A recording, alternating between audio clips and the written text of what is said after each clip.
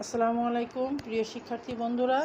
আজকে আমাদের রোগী হচ্ছে লাইলি। আজকে লাইলির ফলো আপও দেখাবো এবং নতুন জটিল সমস্যা কী নিয়ে এসছে সেইগুলোর উপরে আমি কি মেডিসিন দিলাম সেটাও আমি তোমাদেরকে জানাবো।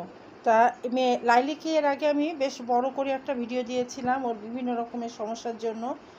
সেই সমস্যাগুলোর আল্লাহর রহমতে ভালো আছে। তার মধ্যে একটা বিশেষ সমস্যা ছিল যে ব্লাড ভাঙছিল, সবসময় ব্লাড ভাঙছিল না। এর আগে যেদিন ওষুধ নিতে এসেছিলো 12/4/2024 সাল, সেই ভিডিওটাও তোমাদেরকে আমি দেখিয়েছিলাম। অতিরিক্ত ব্লাড ভাঙছিল, তা সবসময় ভাঙছিল একটানা।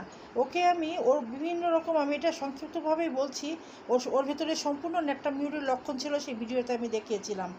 সে এখন মেয়েটির ন্যাট্রামিউর 200 খেয়ে আল্লাহর রহমতে মানে পুরোপুরি ক্লিয়ার হয়ে গেছে, ভালো আছে। তারপরে 1 মাস পার হয়ে